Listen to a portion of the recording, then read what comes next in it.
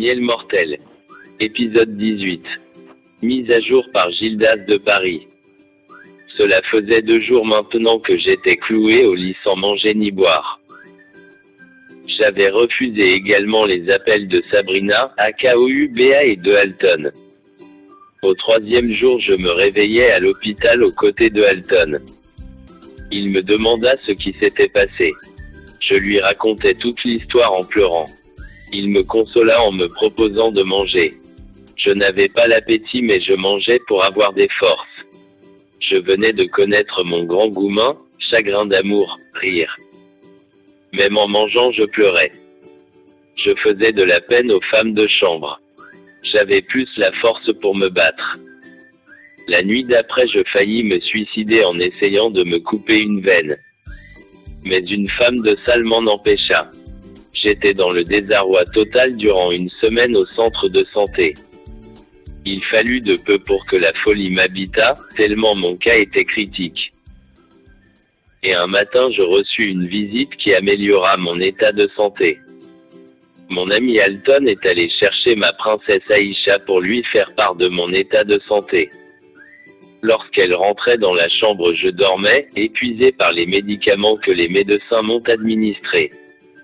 Elle posa ses mains sur mon front pour me caresser. J'étais endormi mais cette douce main m'était si familière que je levai les yeux. Ensuite je vis ma princesse Aïcha à mes chevets. L'espoir renaquit en moi peu à peu. Mais je ne pus manifester ma joie car trop affaibli par les médicaments. Elle me regarda, couché sur le lit amaigri par les soucis. Je lui fis de la peine, elle eut compassion pour moi. Je suis désolé de t'avoir abandonné, je m'en veux amèrement.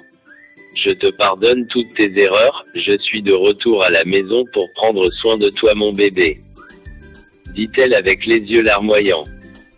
Je ne pus dire un seul mot, elle m'y serra les mains, son geste me réchauffa l'âme. Je me sentis aimé à nouveau par celle qui a été la cause de ma chute à l'hôpital.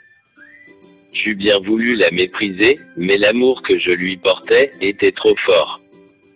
Le lendemain matin, le médecin nous libéra, en affirmant qu'une personne anonyme avait déjà payé la prestation. Que était cette personne? Nous retournâmes à la maison. Durant une bonne semaine, ma princesse Aïcha prit soin de moi jusqu'à recouvrer une parfaite santé. J'étais totalement guéri de ma dépression. Mais un adversaire plus redoutable que la maladie nous attendait. Ma princesse Aïcha m'avait pardonné mais ne s'était pas encore prononcée sur l'affaire Sabrina. Plus les jours passaient, plus je n'avais encore trouvé de solution. Alors un jour pendant le dîner avec Aïcha, je mis le sujet sur la table. Ma princesse n'avait pas l'air inquiète. « Toi tu es garçon et puis tu as peur comme ça », me dit-elle avec une sérénité. Ma princesse, Sabrina est un adversaire à ne pas sous-estimer. Elle m'a déjà donné un ultimatum, j'ai des raisons d'avoir peur. Elle ne pourra rien te faire mon bébé, sois tranquille, mangeons et allons nous reposer. L'attitude de Aïcha me paraissait un peu bizarre, j'étais entre la vie et la mort mais ceci ne lui disait absolument rien. J'étais tellement embarrassé que l'idée d'aller voir un charlatan me passa par la tête. J'avais perdu espoir, c'est comme si je vivais les derniers instants de ma vie. À force de penser, j'avais maigri. Un soir, Alton m'appela pour m'informer d'une mauvaise nouvelle. C'était l'un des taxis que m'avait acheté Sabrina.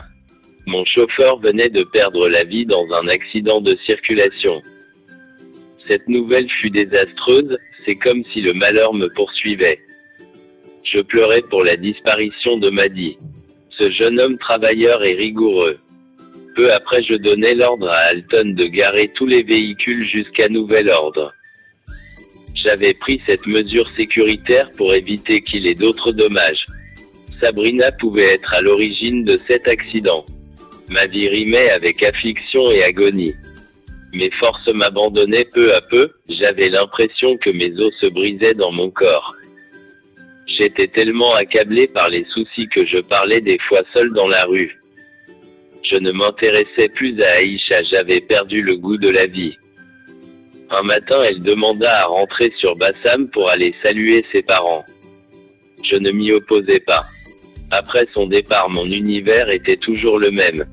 J'en avais plus que assez de rester là sans rien faire. Alors je décidai d'aller rendre une petite visite à Sabrina.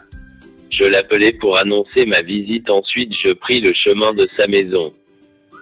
Arrivé chez Sabrina, elle demanda à Kauba de la rejoindre dans la chambre. Une fois dans la chambre, Sabrina remarqua tout de suite que je n'allais pas bien. Elle vit que j'avais beaucoup dépéri. « Bonjour mon amour, tu es déjà sur pied ?» me demande-t-elle comme si elle était au courant de mon état de santé. Cela me fit peur.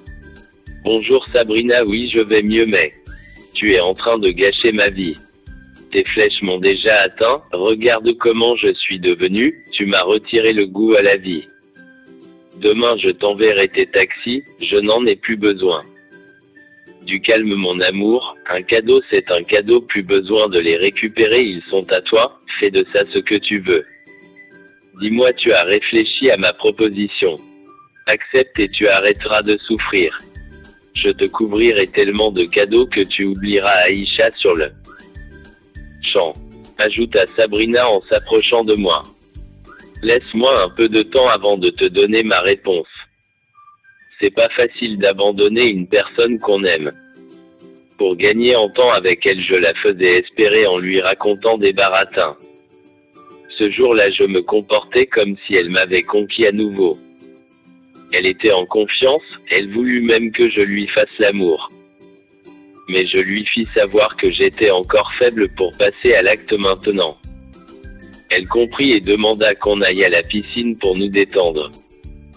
Une fois là-bas, elle enfila un maillot de bain sur son corps envoûtant et se jeta à l'eau pour nager.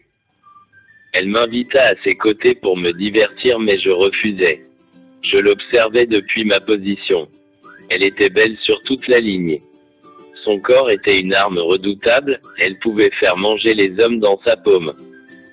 Mais derrière cette beauté angélique se cachait un démon sans pitié, assoiffé de pouvoir et de richesse. Je vis à Kauba nous apporter une bouteille de champagne pour qu'on se désaltère. J'avais arrêté de boire, alors je lui demandai de m'apporter un cocktail. Avant de s'en aller dans la cuisine, elle m'écrasa les orteils et me fit un clin d'œil. Je fis pas attention à son geste. À son retour de la cuisine en me servant le verre de cocktail, elle me glissa un mot en dessous du verre. Plus petit que rejoins-moi dans la cuisine tout de suite, plus grand que je fis savoir à Sabrina que j'allais dans les toilettes, ensuite je retrouvai à Kauba. Dans la cuisine à Kauba me révéla d'autres secrets concernant Sabrina. Elle me confia comme ça que Sabrina ne supportait pas l'eau de mer, voilà pourquoi elle n'allait jamais à la plage. Elle ajouta aussi qu'elle a pu avoir les bandes vidéo. Ces deux nouvelles la concernant me plurent. Elle avait un totem, qui est l'eau de mer.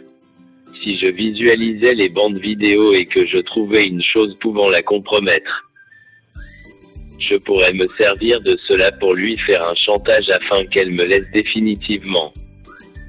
La suite dans l'épisode 19. Mise à jour par Gildas de Paris.